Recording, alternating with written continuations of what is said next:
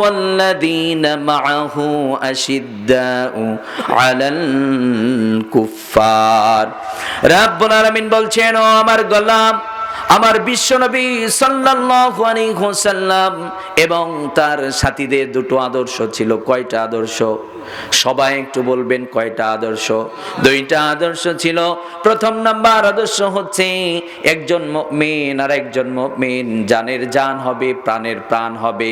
মুহাম্মদুর রাসূলুল্লাহি ওয়াল্লাযীনা মাআহু আশিদ্দাউ আলাল কুফারি রুহামাউ বাইনাহুম। বিশ্বনবী সাল্লাল্লাহু আলাইহি ওয়াসাল্লাম এবং তার সাথীদের প্রথম নাম্বার আদর্শ হচ্ছে একজন মুমিন আর একজন মুমিন জানের জান হবে, প্রাণের প্রাণ হবে। হওয়ার দরকার আছে না নাই? একজন মুমিন আর একজন মুমিনের যখন বন্ধু হয়ে যাবে, ইহুদি খ্রিস্টানরা সেখানে সুযোগ নিতে পারবে।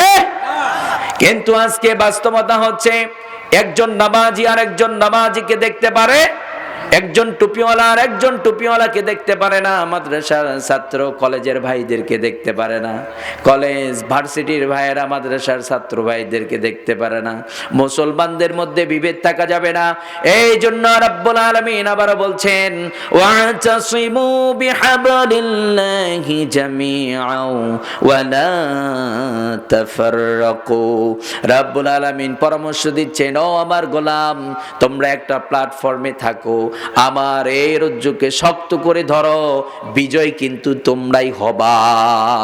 সুবহানাল্লাহ। তাহলে প্রথম আদর্শ হচ্ছে আমরা একে অন্যের বন্ধু হয়ে থাকব। আজকে বাংলাদেশের সকল মুসলমান যদি চায়, সত্যি আমরা চাই আগামীর বাংলাদেশ কোরআনের বাংলাদেশ হবে, আগামীর রাষ্ট্রপ্রধান এমন একজন রাষ্ট্রপ্রধান আমরা দেখতে চাই যার ইমামতিতে মরণের আগে 2 রাকাত সালাত আমরা আদায় করতে পারবো। এই রকম যোগ্য একজন রাষ্ট্রপ্রধান আমরা চাই। আমরা যদি সংগ্রাম করি, আল্লাহর কাছে দোয়া করতে থাকি, আমার বিশ্বাস রব্বুল আলামিন আপনাকে আমাকে ওমর রাদিয়াল্লাহু তাআলা আনহুর প্রকৃত উত্তরসূরি আমাদেরকে দান করবেন। কথা বলেন ঠিক কিনা? কিন্তু দেখা যায় চোর বাটপার, নেতা নীতি নাই, শুধু ভোগ করে, চরিত্র ঠিক নেই। এইরকম মানুষ আছে না নাই? এইরকম মানুষ আছে না নাই? একজন ভালো মানুষ নির্বাচন করছে, ওরে ভোট দেয় না, ভোট দেয় ওরে। আছে না নাই? কারণ আমরা তো এখন নেতা নির্বাচন করি দেশের জনগণের কল্যাণে করি না, ব্যক্তি স্বার্থের জন্য নেতা নির্বাচন করি। অমুকে যদি ক্ষমতায় আসে আমারে আর ধরে কি? আছে না নাই? আছে না নাই? তাহলে প্রিয় ভাইয়েরা আমার, আমাদের প্রথম কাজ হবে আমরা একজন মুমিন আর একজন মুমিন বন্ধু হয়ে চলবো। রাজি আছি তো? আমরা দুশ্মনী করব না। বিশ্বনবী সাল্লাল্লাহু আলাইহি ওয়াসাল্লামের আদর্শ হচ্ছে তিনি দূরে ঠেলে দিতেন না, তিনি কাছে টানতেন। কি করতেন? কাছে টানতেন। দ্বিতীয় নাম্বার আদর্শ হচ্ছে বিশ্বনবী সাল্লাল্লাহু আলাইহি ওয়াসাল্লাম এবং তার সাথীদের দ্বিতীয় নাম্বার আদর্শ হচ্ছে মুমিনরা কাফেরদের সাথে কখনো আপোষ করে? কাফেরদের সাথে আপোষ করা যাবে নাকি? কিন্তু আজকে আমরা কাফেরদের সাথে আপোষ করি, আছে না নাই? বাংলার জমিনে আমরাই দেখেছি মুসলমানকে দেখতে পারে না। বিশ্বনবী সাল্লাল্লাহু আলাইহি ওয়াসাল্লামের চরিত্রের মধ্যে কালিমা লেপন করা হয়, মুসলমান ঘরে বসতে থাকতে পারে নাকি? মুসলমান প্রতিবাদ করবে, রক্ত দেবে, এটা হলো ঈমান। কথা বলেন ঠিক কিনা? কিন্তু আমরা প্রতিবাদ করেছি, আমরা রক্ত দেওয়ার জন্য রাজপথে নেমেছি। একদল সেই দাদা বাবুদেরকে খুশি করবার জন্য নিরহ মুসলমানদের উপর গুলি চালিয়েছিল। কথা বলেন ঠিক কিনা? তারা মুসলমানদেরকে সহ্য করতে পারে না, তারা দীর্ঘদিন ক্ষমতায় থাকবার জন্য কাফের মুশরিকদের সাথে আতাত করে, আছে না নাই? কিন্তু রব্বুল আলামিন বলছেন একজন মুমিন আর একজন মুমিন জানের জান হবে, প্রাণের প্রাণ হবে, নিজের খাবার উঠিয়ে দেবে অন্য আরেকজন ভাইয়ের মুখে। কিন্তু মুসলমান মুসলমানকে দেখতে পারে না। কিন্তু আজকে কাফেরদের সাথে চমৎকার সম্পর্ক আছে না নাই? আজকে যদি এই দুইটা কাজ করতে পারি, আমরা একজন মুমিন আর একজন মুমিন বন্ধু হয়ে থাকবো, তাহলে কাফের মুশরিকরা দূর থেকে সুযোগ নিতে পারবে না। কিন্তু আজকে আমরা যখন দেখি চরমোনায় জামাত এই সেই মারামারি শুরু হয়ে গেছে, মুসলমানদের মধ্যেই যখন মারামারি শুরু, তখন দেখে সুযোগ এইটাই, সুযোগ এইটাই, এই সুযোগ কাজে লাগাতে হবে, কিন্তু সেই সুযোগ তাদেরকে দেওয়া যাবে, সেই সুযোগ তাদেরকে দেওয়া যাবে। কুড়াল দে বাঁশ কাটে, কি করে? কুড়াল দে বাঁশ কাটে। বাঁশ এখন কুড়ালকে বলে, আমাকে যে কাটছেন আমার তো কষ্ট হয়। কুড়াল এখন বাঁশকে বলতেছে, আমার কি কাটার শক্তি আছে? আমার পাছায় ওই যে আপনার জাতি ভাই ঢুকছে, তাই তো আমাকে কাটতেছে। কথা বলেন।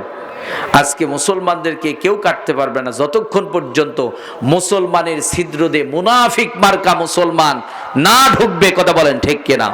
আজকে বাংলার জমিনে মুনাফিকের সংখ্যা কম না বেশি? কম না বেশি?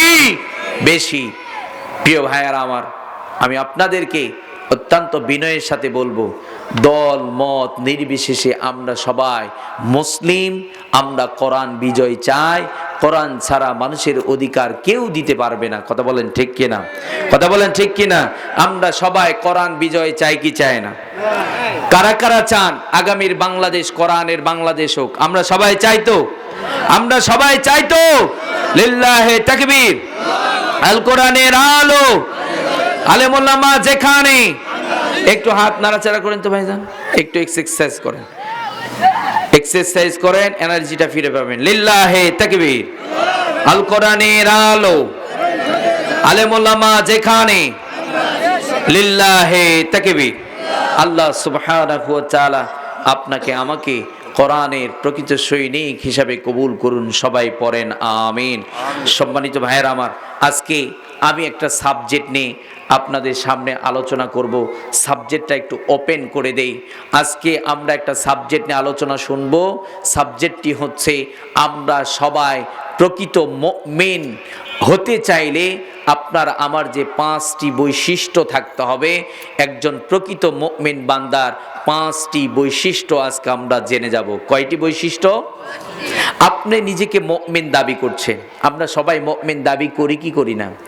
আমি একজনকে বললাম আপনি প্রকৃত মুমিন, আল্লাহ বলছেন এটা এলাও হবে না। তুমি যদি প্রকৃত মুমিন হও তাহলে তোমার কিছু কোয়ালিটি থাকবে। কি থাকবে? তোমার কিছু কোয়ালিটি থাকবে। যুবক ভাই যারা আছেন, ওর ঈমান কেমনে আনতে হয় আমাদের যুবক ভাইয়েরা জানে না। যুবকরা আজকে জানে গান বাজনা, যুবকরা পারে ইংলিশ। আজ যুব সমাজ ধ্বংসের দ্বার প্রান্তে। কথা বলেন ঠিক কিনা?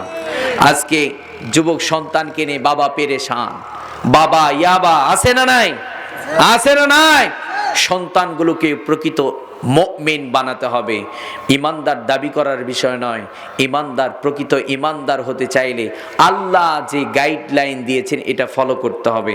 তাহলে আজকে আলোচনার সাবজেক্ট হচ্ছে একজন প্রকৃত মুমিন বান্দার 5টি বৈশিষ্ট্য। কয়টি বৈশিষ্ট্য? সবাই কথা কয় না, রাগ করেছেন আপনারা? আপনারা যদি আমার সাথে একটু কথা না বলেন তাহলে হয়তো বা আমার আলোচনা সেরকম হবে না। সবাই একটু কথা বলবেন। একজন প্রকৃত মুমিন বান্দার কয়টি বৈশিষ্ট্য? 5টি বৈশিষ্ট্য আমরা জানবো। প্রকৃত মুমিন বান্দার 5টি বৈশিষ্ট্য, এগুলো জানার পরে একটু আমরা ভেরিফাই করব এই বৈশিষ্ট্যগুলো আমি যে মুমিন দাবি করছি এই বৈশিষ্ট্যগুলো আমার মধ্যে আছে কিনা। যদি না থাকে এগুলো আমরা এই গুণগুলো এই বৈশিষ্ট্যগুলো অর্জন করব। রাজি আছি তো? রাজি আছি তো? ইনশাআল্লাহ। আল্লাহ সুবহানাহু ওয়া তাআলা এই প্রকৃত মুমিন বান্দার 5টি বৈশিষ্ট্য এই সাবজেক্টের উপর আলোচনা ওপেন করার জন্য আমি আপনাদের সামনে মহাবিশ্বের চিরবিস্ময় বিপন্ন পৃথিবীর অনিবার্য ঠিকানা আল কোরআন আল কারীমের সূরাটির নাম হচ্ছে সূরাতুল আনফাল। নাম কি? সবাই একটু বলেন না। হ্যাঁ হ্যাঁ, একটু কথা বলেন সবাই। পিছনের ভাইয়েরা রাগ করেছেন, সবাই একটু বলেন সূরাটির নাম কি? সূরাটির নাম কি? কথা কয় না। মানে এমন ভাবসাব, আল্লাহ চাইলে মনে হয় জবান আর বন্ধ করতে পারবে না। আল্লাহ পারবে না? নেতা নেত্রীর স্লোগানতে এত আসতে হয় না। কোরআনের একটি সূরার নাম বলবেন, এটাও আপনারা বলতে চাচ্ছেন না তো। যাই হোক, আপনাদেরকে যদি ঠেলাঠেলি শুরু করি রাত ফুরায় যাবে। সব এলাকার শ্রোতা সমান না। তবে আমার একটা অভিজ্ঞতা, জয়পুরহাট এরপরে ডুগডুগি এই সাইটে মোটামুটি শ্রোতারা অনেক সজাগ।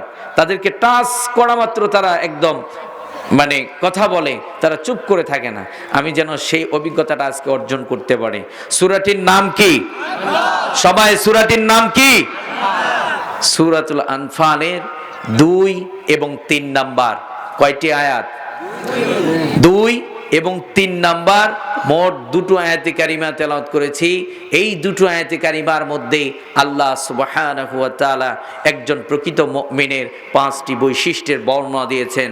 কান দুটো খাড়া করে দেন, দিয়ে এগুলো মেমোরিতে ঢুকান। ওয়াজ শুনতে এসেছেন, এগুলো যদি বাড়িতে না নিয়ে যান তাহলে কিন্তু কোনো কাজ হবে না। এই জন্য আমরা কান দুটো খাড়া করে দেই, আলোচনাগুলো রিসিভ করি। একটা একটা করে রিলি করে করে বলছি, আপনারা একটু রিসিভ করেন। শুরু হয়ে গেল প্রকৃত মুমিন বান্দার 5টি বৈশিষ্ট্য।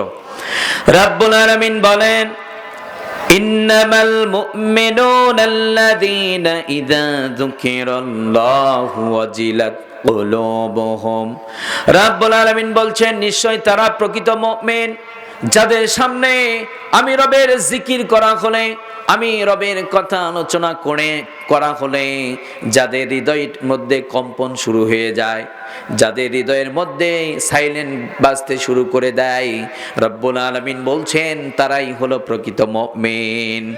তাহলে যারা প্রকৃত মুমিন বান্দা হবে তাদের প্রথম বৈশিষ্ট্য হবে তাদের হৃদয়ের মধ্যে কার ভয় থাকবে? সবাই একটু বলবেন, কার ভয় থাকবে?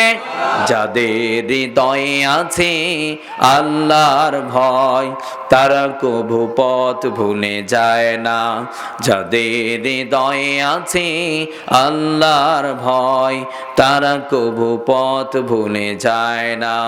রাতের আধারে যারা সিজদাতে রয়, দু চোখের অশ্রুতে নদী যেন বয়। আল্লাহু আকবার। আল্লাহর ভয় থাকে